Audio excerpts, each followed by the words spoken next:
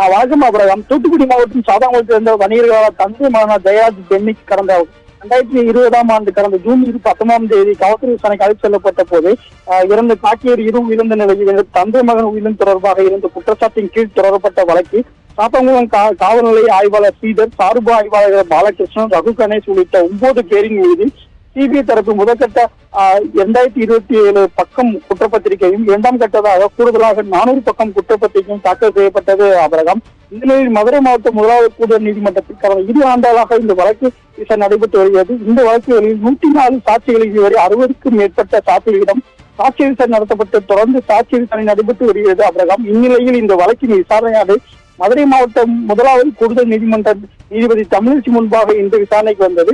அப்போது இந்த வழக்கை ஆரம்ப காலகட்டத்தில் விசாரணை செய்த கோவில்பட்டி மாஜிஸ்ட்ரேட் பாலதாசன் நேரில் ஆஜராகி சாட்சியம் அளித்தார் அபிரகாம். அப்போது சாட்சியம் அளித்த நீதிபதி பாலதாசன் குற்றம் சாட்டப்பட்ட சார்பு ஆய்வாளரின் பாலகிருஷ்ணனின் தரப்பு வழக்கறிஞர் குறுக்கு விசாரணை நடத்தினார் அபிரகாம். அப்போது குற்றம் சாட்டப்பட்ட சார்பு ஆய்வாளர் பாலகிருஷ்ணன் தரப்பில் உயிரிழந்து வணிக தந்தை மகன் இருவரும் சாத்தான்குளம் காவல் நிலையத்தில் வைத்து தாக்கியதாக உயிரிழந்துள்ள எனவும், கோவில்பட்டி சிறையில் வைத்து சிறைக்காவலர் உள்ளிட்ட தாக்கியதாக உயிரிழந்தார் எனவும் கூறினார். இது குறித்து அப்போது சம்பவத்தை விசாரணை நடத்திய நீதிபதி பாரதிதாசன் இதை மறுத்திருக்கிறார் எனவும் குற்றம் சாட்டி குறுக்கு விசாரணை செய்தார் அபிரகாம்.